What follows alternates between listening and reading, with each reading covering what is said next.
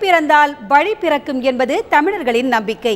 அதன்படி தமிழர்களின் வீர விளையாட்டான ஜல்லிக்கட்டுக்கு பொங்கல் பண்டிகை ஒட்டி வழி பிறக்குமா? பார்ப்போம். தமிழர்களின் பாரம்பரிய வீர விளையாட்டான ஜல்லிக்கட்டுக்கு 2013 தடை விதித்தது உச்சநீதிமன்றம். அது முதல் ஜல்லிக்கட்டுக்கான தடையை தளர்த்த கோரி மன்றாடி வருகின்றனர் தமிழக மக்கள். தென் மாவட்டங்களில் பரவலாக எதிர்ப்பு கிளம்பியதால் ஜல்லிக்கட்டு போட்டிகளை நடத்த தமிழக அரசு முயற்சிகளை மேற்கொண்டு வருகிறது.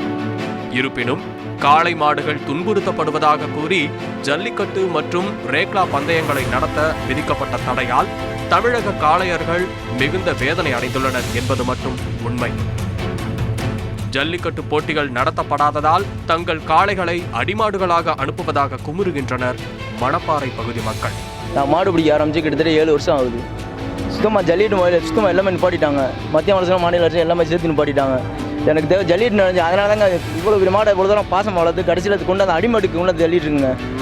இதுக்கு மேலே ஜல்லிக்கட்டு இந்த வருஷமாக நடக்குமா பொங்கல் பண்டிகை முன்னிட்டு அதுக்கு தகுந்த மாதிரி அதாவது பார்த்து நீங்கள் பார்த்து செஞ்சாச்சுறீங்க. மத்திய அரசு மாநில அரசு நீங்கள் பார்த்து செஞ்சாச்சுறீங்க.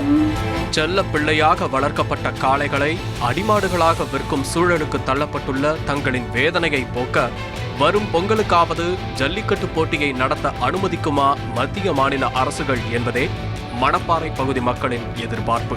எங்கள் பிள்ளைக்கு கூட நாங்கள் அழுதா பால் கொடுக்க கூட ஒரு நிமிஷம் லேட் பண்ணுவோம். ஆனால் எங்கள் வீட்டில் வளர்க்குற ஜல்லிக்கட்டு மாடுகளுக்கு டயத்துக்கு தண்ணி, டயத்துக்கு தீனி, அதுக்கு என்ன வேணுமோ அதை பூரா நாங்கள் சிவரட்னியாக செய்வோம். மாடு எந்த நாளும் எங்கள்கிட்ட ஹெல்த்தியாகவே இருக்கும். கால்நடை மருத்துவரை நாங்கள் உடனே பார்த்து எது ஒன்றாலும் உடனே நாங்கள் அதுக்குண்டான நடவடிக்கையை செய்வோம்.